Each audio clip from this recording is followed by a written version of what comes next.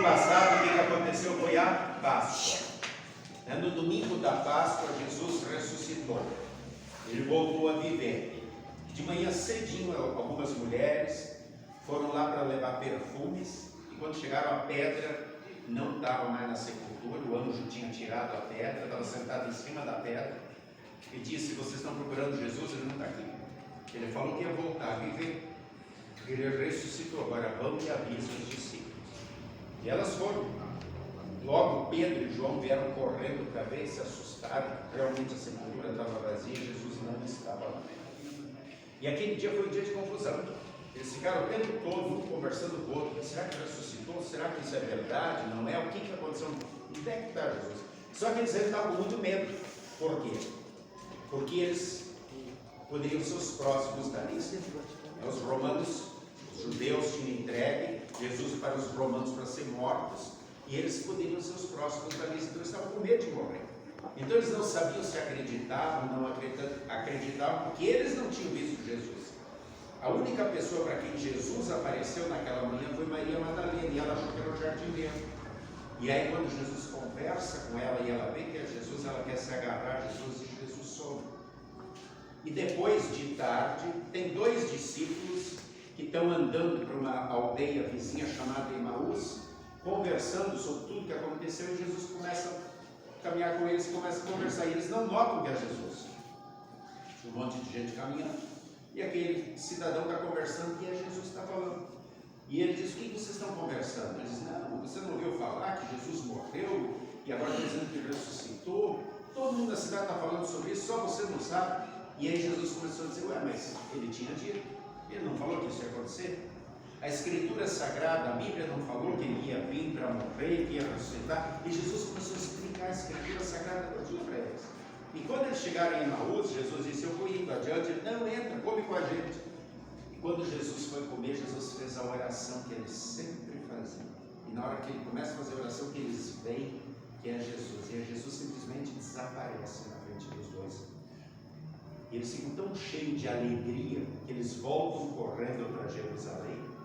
Encontram os discípulos, que estão todos eles lá no lugar onde eles sempre se encontravam, na mesma sala. E eles dizem: olha, nós vimos Jesus. E aí os discípulos disseram: as mulheres também. Maria Madalena falou que viu. Os anjos falaram com elas. Só que eles estavam com muito medo, aí trancaram as portas. Para os judeus não saberem que eles estavam ali, e os romanos eles estavam com medo. E aí, acredita ou não acredita? Como é que alguém volta a viver depois de morto? Só que Jesus tinha falado que ia fazer isso. E eles tinham visto Jesus durante 3 anos fazer tantos milagres, curar cegos, leprosos, tinham ressuscitado Lázaro. E eles estavam em dúvida. Mas Jesus podia ressuscitar mortos. Agora, como é que ele que estava morto ia voltar a viver? Então isso não dava para entrar na cabeça deles. E não dá para entrar na nossa cabeça. Como é que o morto volta a viver? Só que Jesus é Deus. Ele é mais forte que a própria morte.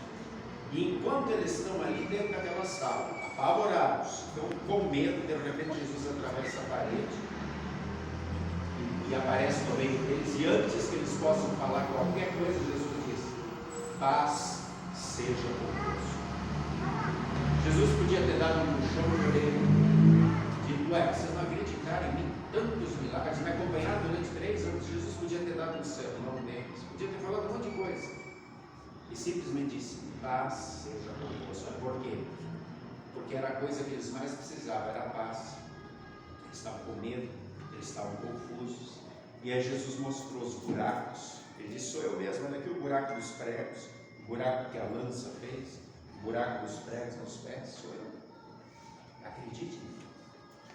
E aí ele disse: eu perdoo os pecados de vocês. E soprou sobre eles e disse: agora vocês também, como minha igreja, vocês vão levar esse anúncio do perdão. Vocês vão perdoar os pecados das outras pessoas. Por quê? Porque foi para isso que eu vim. Eu morri para perdoar os pecados. E é isso que a igreja faz. A igreja, ela leva o perdão dos pecados de Jesus às outras pessoas. Todos nós somos pecadores. Jesus morreu pelos nossos pecados. E é nós que precisamos do perdão. Por isso que a gente pede perdão na oração. E a tarefa da igreja sempre foi e sempre vai ser essa: a apontar para Jesus e dizer: Ele é o nosso Senhor e Salvador. É Ele quem vem nos dar perdão.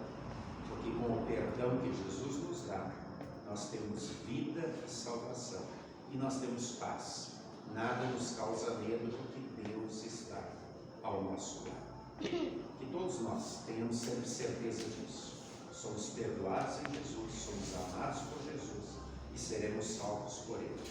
Por isso, mantenhamos sempre a fé firme em Jesus. Amém. Vamos fazer oração?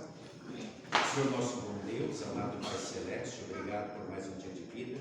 Abençoa o nosso projeto, abençoa também essa gincana que iniciamos hoje, que possamos ter momentos muito alegres, muito divertidos, de competição sim, mas de muita amizade, de muita alegria, de muito crescimento.